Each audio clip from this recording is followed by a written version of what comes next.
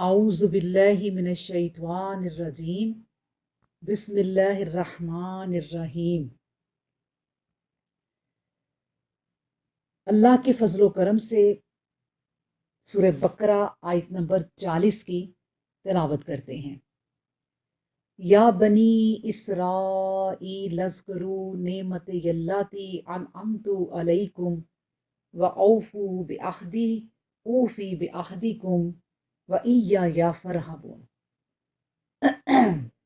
या बनी इसराइल, ए बनी इसराइल, उज़्कुरू याद करो, नेमती मेरी नेमत को, अल्लाह ती वो जो, अनअमतु इनाम की मैंने, अलैकुम तुम पर, व औफू और पूरा करो, बिअहदी मेरे अहद को, ऊफी मैं पूरा करूँगा, बिअहदिकुम तुम्हारे अहद को, व इय्या और सिर्फ मुझसे ही, फरहबून बस डरो मुझसे। अल्लाह अकबर। अब देखिए इस आयत में हमने जो है वो बनी इसराइल को इस्लाम कबूल करने और नबी करीम सल्लल्लाहु अलैहि वसल्लम की ताबेदारी करने का हुक्म पाते हैं कि अल्लाह सुब्हानहू व तआला उन्हें ये हुक्म देते हैं कि इनको बनी इसराइल को खिताब करके कि नबी करीम इस्लाम की और नबी करीम सल्लम की ताबेदारी करो। और बड़े खूबसूरत अंदाज से ये समझाया जा रहा है कि तुम एक पैगंबर की औलाद हो, तुम एक पैगंबर की औलाद में से हो, तुम्हारे हाथों में किताब है, अल्लाह की किताब तुम्हारे हाथों में मौजूद है और कुरान इसकी तस्दीक कर रहा है।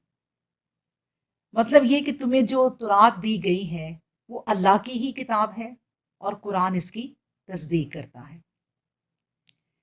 फिर तुम्हें नहीं चाहिए, यानी बनी इसराइल, तुम्हें नहीं चाहिए कि सबसे पहले इनकार तुम्ही से शुरू हो।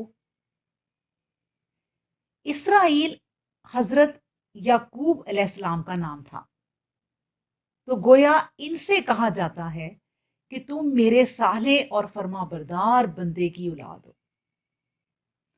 तुम्हें चाहिए, ए बनी इसराइल, तुम्हें चाहिए कि अपने जद्दे अमजद की तरह हक की ताबेदारी में लग जाओ। जैसे मुहावरा है कि कहा जाता है कि तुम सखी के लड़के हो, सखावत में आगे बढ़ो, तुम पहलवान की औलाद हो, दाद शुजात दो, तुम आलम के बच्चे हो, इल्म में कमाल पैदा करो।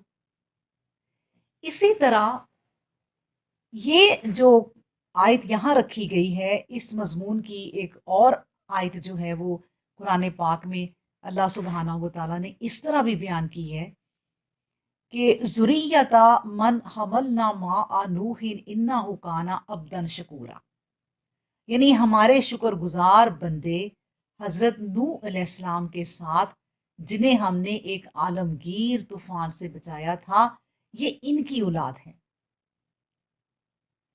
और एक हदीस में भी है कि यहूदियों की एक जमात से नबी करीम सल्लल्लाहु अलैहि वसल्लम ने दरियाफ्त किया कि क्या तुम नहीं जानते कि इसराइल हजरत याकूब अलैहिस्सलाम का नाम था।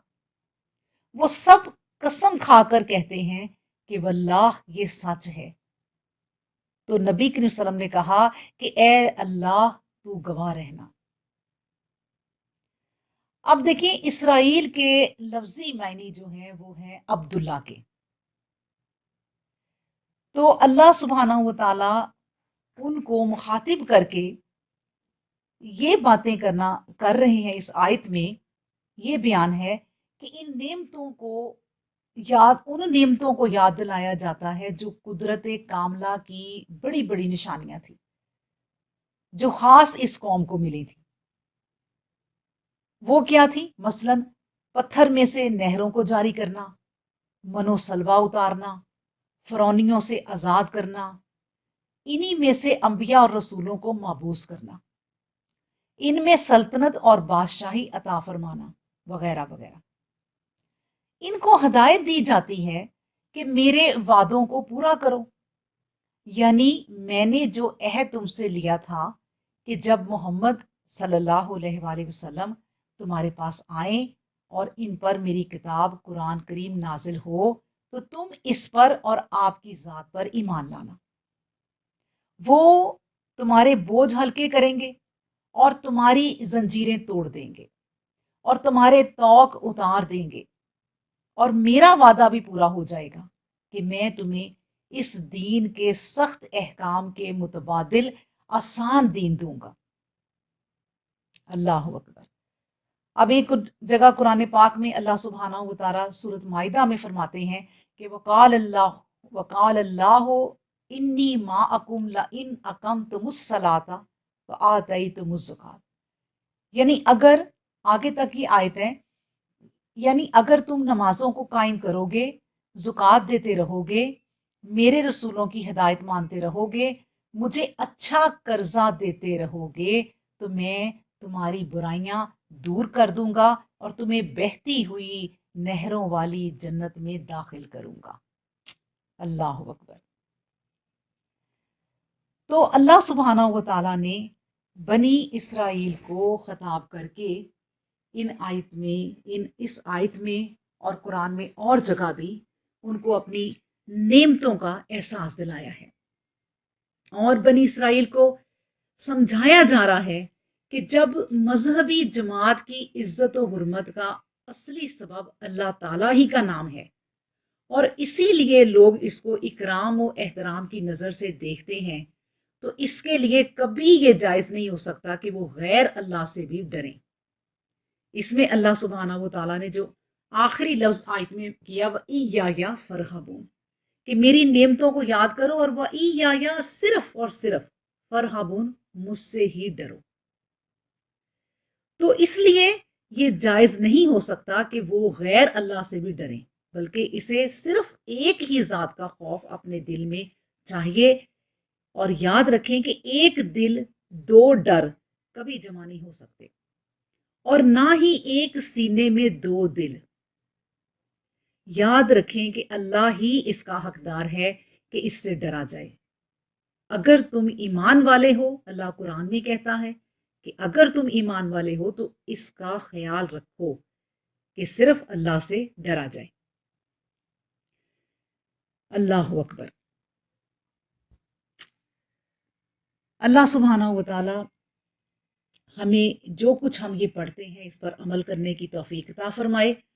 انشاءاللہ اگلی آیات میں جتنا ہم نے یہ بنی اسرائیل کے بارے میں آج ہم نے پڑھا ہے، اس کی ڈیٹیل آگے انشاءاللہ تعالی آتی جائے گی۔ وآخر الدعوانا ان الحمد للہ رب العالمین۔